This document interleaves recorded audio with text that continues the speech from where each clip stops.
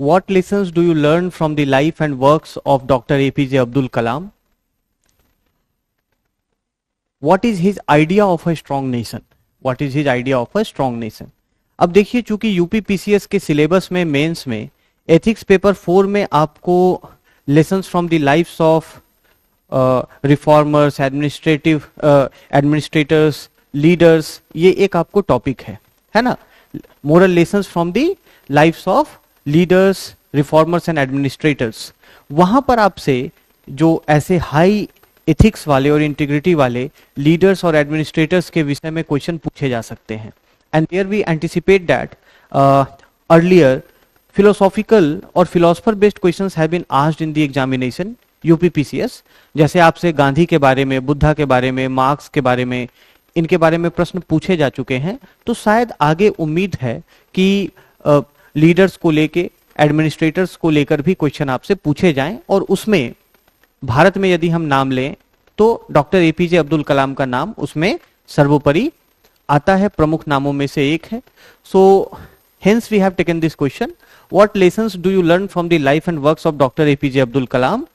What is his idea of a strong nation? Straight forward है, लेकिन आपको ऐसे क्वेश्चंस में भी स्पेसिफिक आंसर देने हैं। आप जितना स्पेसिफिक आंसर देंगे, जितना प्रिसाइज आंसर देंगे, उतना ज्यादा आपको मार्क्स मिलेगा। सो 8 मार्क्स का ये आपको क्वेश्चन है, हिंदी में पढ़ें। डॉक्टर एपीजे अब्दुल कलाम के जीवन और कार्यों से आप क्या सबक सीखते हैं? एक मजबूत राष्ट्र के विषय में उनका क्या विचार है? तो अब यहां पर आपको थोड़ा स्पेसिफिक पता होना चाहिए कि डॉक्टर कलाम का एक स्ट्रॉन्ग नेशन को लेकर क्या आइडिया है, कैसे राष्ट्र को वो एक मजबूत राष्ट्र मानते हैं। So let's start with the introduction. Introduction में हम यहां पर डॉक्टर कलाम का एक संक्षिप्त परिचय दे देंगे। Doctor APJ Abdul Kalam was much endeared by the people of India, particularly children. So Dr. APJ Abdul Kalam कौन थे ये? He was a renowned scientist. He was a renowned scientist, and the 11th president and the 11th president of India, and the 11th president of India. Bharat के पूर्व राष्ट्रपति, 11वें राष्ट्रपति, 2002 से 2007 के बीच में उनका कार्यकाल रहा, और पूरे न केवल भारत में बल्कि विश्व में भी उनको एक प्रेरणा के स्रोत के रूप में, एक बड़े स्टेट्समैन के रूप में देखा जाता था। अच्छा, now when we come to the main body of the answer, main body के बारे में हम बात करें तो 2 सब पार्ट हैं क्वेश्चन के। पहले सब पार्ट को हम डील करेंगे, और पहले सब पार्ट में है कि what lessons do you learn from the life and works of doctor Kalam. Okay, so we can directly put a sub heading here. हम एक सब हेडिंग दे देंगे, lessons from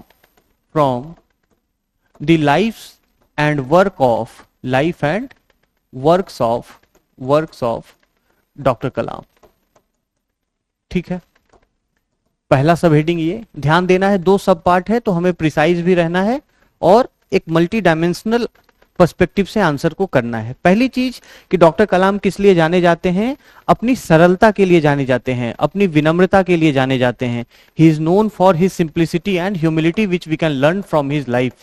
simplicity and humility. उन्होंने अपने जीवन में तमाम महत्वपूर्ण पदों पर अपनी सेवा दी, परंतु हमेशा एक सरल जीवन जिया। Despite the fact that he occupied the office of President of India, but he lived the very same simple life which he used to live before. और उनकी जो विनम्रता थी, the way he interacted with people, interacted with children, interacted with people from different social groups, so that brought a distinctive element to his personality. कि इतना बड़ा व्यक्ति भी जिसने अपने जीवन में इन तमाम उपलब्धियों और सफलताओं को प्राप्त किया हो, इतना यश प्राप्त किया हो, इतनी प्रतिष्ठा प्राप्त की हो, वो व्यक्ति भी इतना सरल और इतना विनम्र हो सकता है। So we must be remain grounded and be simple and humble in life, that we can learn from him. And the second thing is that his passion for serving people and the nation, his passion for serving the people and the nation लोगों की सेवा करना और राष्ट्र की सेवा के प्रति जो उनका एक जज्बा था, जो पैशन था, which he displayed all through his career as a scientist और later on after becoming the president of India. और यही पैशन था जिसके कारण उन्हें मिसाइल मैन ऑफ इंडिया कहा जाता है। हम जानते हैं कि वो भारत में अंतरिक्ष अनुसंधान, न्यूक्लियर क्षेत्र, मिसाइल विकास, इन सभी से संबंधित कार्यक्रमों में उन्होंने बहुत प्रमुख भूमिका निभाई। सैटेलाइट डेवलपमेंट हो, मिसाइल डेवलपमेंट हो, या फिर न्यूक्लियर सेक्टर की हम बात करें, हम जानते हैं कि पोखरण परमाणु परीक्षण में भी उनकी बहुत महत्वपूर्ण भूमिका रही। तो इन सभी चीज के कारण उन्हें मिसाइल मैन ऑफ इंडिया भी कहा जाता है। और जब वो राष्ट्रपति बन गए तो राष्ट्रपति बनने के बाद उन्हें पीपल्स प्रेसिडेंट कहा गया, लोगों का राष्ट्रपति, जनता का राष्ट्रपति। So such was his devotion towards the people, towards serving the people. He said that he wanted to make the president's house accessible to everyone, easily accessible to everyone, and he was himself very accessible to people. वो खुद भी बहुत accessible थे। So people's president। तो हम ये सीख सकते हैं कि हम किसी भी पद पर हो, सार्वजनिक जीवन में हमें जनता के लिए और राष्ट्र के लिए काम करना है, ये हम उनके जीवन से सीख सकते हैं। अच्छा, इतने महत्वपूर्ण पदों पर होने के बावजूद भी हमेशा उन्होंने पब्लिक लाइफ में हाईएस्ट इंटीग्रिटी को अपहोल्ड किया। वो इसी चीज के लिए जाने जाते थे, as he was known for upholding the highest standards of ethics in public life. अगर आपको कोई एक उदाहरण देना हो तो आप आराम से डॉक्टर कलाम का उदाहरण दे सकते हैं। सो he maintained the highest integrity, decorum and dignity of office. So whichever office he occupied, decorum and dignity of office he maintained. While he was the president, he was mostly apolitical. He always focused on the moral authority of the president to deliver his message, and through such messaging he wanted to bring a larger change in the society. और खासकर उनका ध्यान children पे होता था, youth पर होता था, ज्यादा से ज्यादा यूथ से इंटरैक्ट करते थे, बच्चों से करते थे। Y? he gave the people the power of dreaming,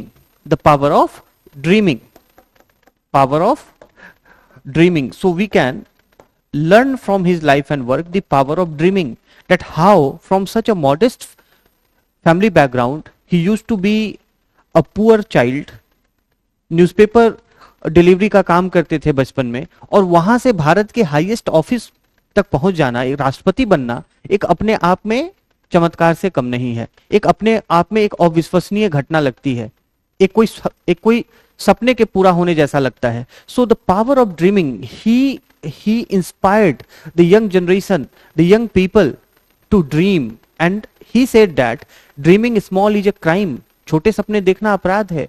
So dream big not only for yourself but for the nation. Okay, so the power of dreaming we can learn from his life. At the same time, he had a completely inclusive world view, completely inclusive outlook, world view. So उनका जो धर्म के प्रति दृष्टिकोण था बहुत secular था, धर्मनिरपेक्ष दृष्टिकोण था। वो सभी धर्मों के साथ और उनके विचारों, पद्धतियों, हर चीज को जानने समझने का प्रयास करते थे, इंटरैक्ट करते थे। So his inclusive world view, it was particularly worth highlighting and emulating. उन्हें हर किसी को धारण करना चाहिए, emulating. Okay, now the next thing is we also know that he is known for his करेज।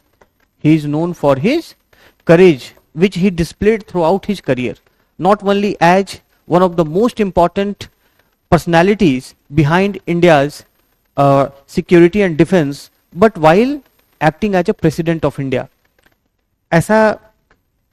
ऐसे भी कुछ मौके आए जब सरकार के फैसले के विपरीत उन्होंने बिल्स को लेकर, विधेयकों को लेकर अपनी संस्तुतियां दी।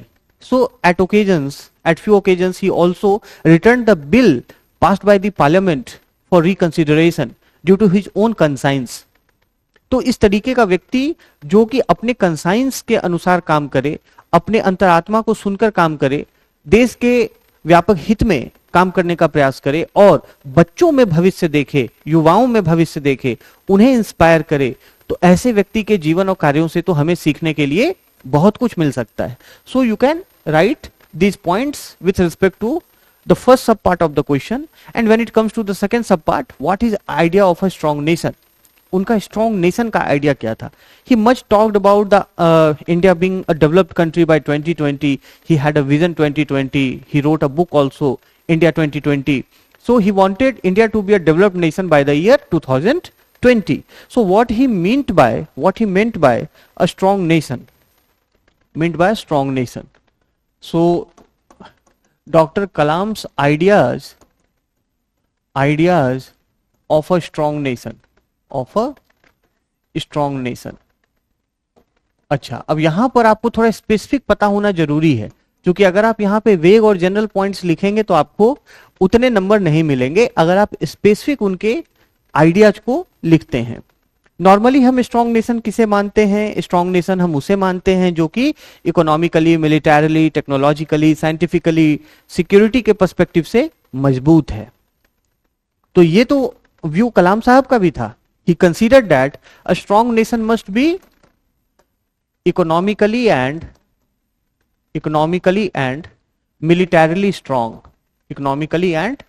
militarily strong. अर्थव्यवस्था मजबूत होनी चाहिए और सैन्य क्षमता मजबूत होनी चाहिए. उसके साथ ही साथ as he was a scientist and he believed that विज्ञान और तकनीक ही अर्थव्यवस्था का आधार होता है, हमारे सैन्य क्षमता का आधार होता है. He was a strong votary and advocate for India's nuclear status. वो भारत के एक न्यूक्लियर शक्ति के रूप में होने को बहुत पैशन के साथ डिफेंड करते थे. Despite the fact that Indian civilisation it advocates peace, non violence, despite the fact he said that strength recognises strength. केवल शक्ति ही क्षमता को पहचानती है. इसीलिए भारत के लिए भी एक न्यूक्लियर नेशन होना जरूरी है. So on this basis he advocated India to be a strong nuclear nation, then only we can have our standing in the world. ठीक है. So scientific and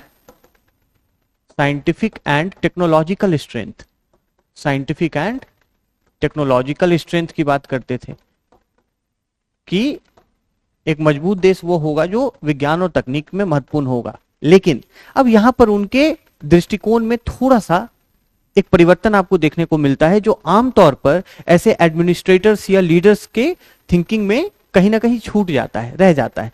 he says that a strong nation must have a strong and happy family. So he had co-written a book, The Family and the Nation. उन्होंने एक किताब को,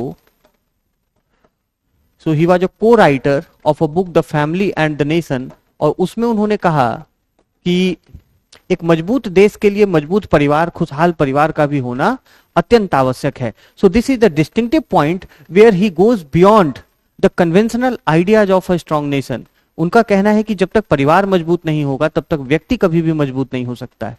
एक कमजोर परिवार में मजबूत व्यक्ति बहुत कम संभावना है. So that is why he talks for a happy family, a strong family, and he talks about a Nobel nation. एक राष्ट्र जो मजबूत होगा वह नोबल भी होगा. नोबल मतलब उसके अंदर अच्छे गुण होंगे, नागरिकों में अच्छे गुण होंगे. राष्ट्र का जो राष्ट्रीय चरित्र है वह दूसरे नेशंस के लिए थ्रेटनिंग नहीं होगा. So he talked about, so he was not much a supporter of zero sum game in international relations.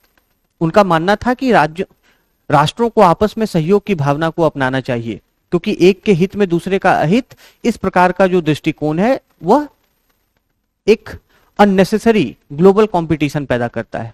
Okay, so Nobel nation. और वह इस सिलसिले में थिरुकुरल को भी कोट करते थे. We know that Thirukkural is a Tamil text. यह एक तमिल पुस्तक है जो कि लगभग 2000 साल पहले तिरुवल्लुवर ने लिखी थी, जो तमिल संत तिरुवल्लुवर थे. तो तिरुकुरल में देश के लिए, for a nation, there are 5 important elements which are highlighted, which Dr. Kalam also considered to be important. So 5 important elements for a nation which is mentioned in Tirukural. और तिरुकुरल को किसने लिखा था? तिरुवल्लुवर ने लिखा था. तिरुवल्लुवर हुआ जो तमिल सेंट, पोएट सेंट. तो इसमें 5 इंपॉर्टेंट जो एलिमेंट्स हैं नेशन के, वो क्या क्या हैं उसको एक बार देख लेते हैं. A nation should be disease free. रोग मुक्त होना चाहिए. People should be healthy, citizen should be healthy. दूसरी चीज, वेल्थ होना चाहिए। तिरुकुरल कहता है कि किसी भी देश का ये इंपॉर्टेंट एलिमेंट है कि धनी देश हो, हाई प्रोडक्टिविटी होनी चाहिए, लोगों की जो प्रोडक्टिविटी वो हाई हो, नहीं तो क्या होगा कि समाज में स्टैग्नेंसी आ जाएगी, स्टैग्नेंट हो जाएगा सोसाइटी।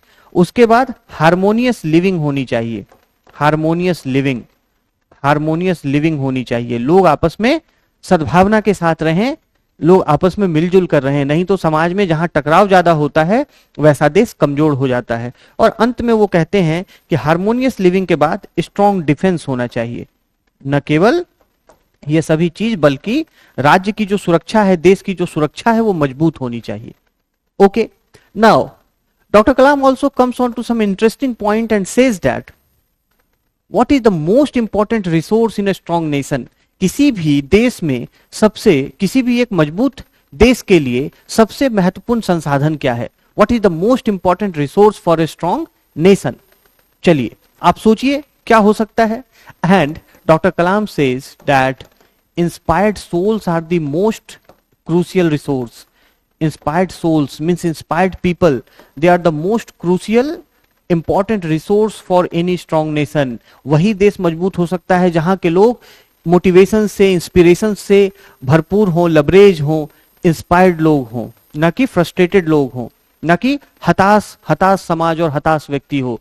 प्रेरित व्यक्ति ही, मोटिवेटेड व्यक्ति ही समाज में परिवर्तन ला सकता है और एक मजबूत देश की स्थापना कर सकता है। इसीलिए नागरिकों को इंस्पायर्ड होना चाहिए, inspired souls, and here he particularly focused on children and youth, क्योंकि आने वाला भविष्य उन्हीं का है। ठीक है, अच्छा, दूसरा, आगे उनका यह दृष्टिकोण था कि एक मजबूत राष्ट्र वो होगा जहां पर कि ग्रामीण और शहरी क्षेत्रों में, अर्बन और रूरल एरियाज में ज्यादा गैप ना हो। We see, we witness, we observe deep divide between the rural and the urban areas. आप देखिए जाके ग्रामीण इलाकों में आज भी देश भर में सुविधाओं का कितना अभाव है। So there is lack of resources and facilities in the rural area. So he said that for a strong nation this urban rural divide should be minimised, this urban rural divide should be minimised, which he has highlighted in his book India 2020। और इसमें उन्होंने पूरा नाम की एक योजना का सुझाव दिया है, पूरा PURA, providing urban amenities in rural areas, ग्रामीण क्षेत्रों में शहरी सुविधाएं प्रदान करना, पूरा PURA। So this was a scheme conceptualized, an initiative conceptualized by Dr. APJ Abdul Kalam to make India developed and a strong nation. So these were his ideas with respect to a strong nation.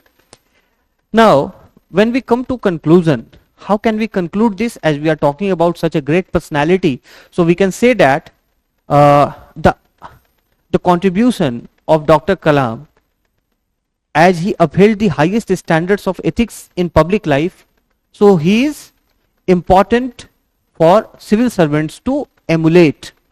उनका महत्व क्या है खासकर civil services में और governance में, कि हम उनके जीवन से जो highest standards of ethical life है हम उसको सीखें।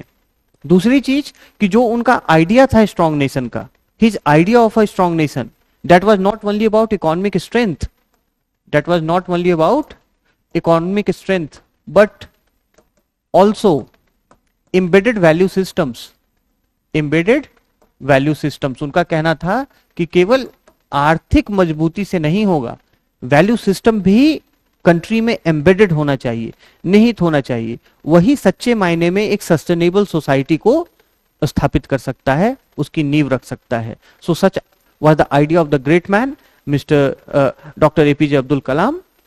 एंड ये हमारे फोर्थ क्वेश्चन का डिस्कशन था।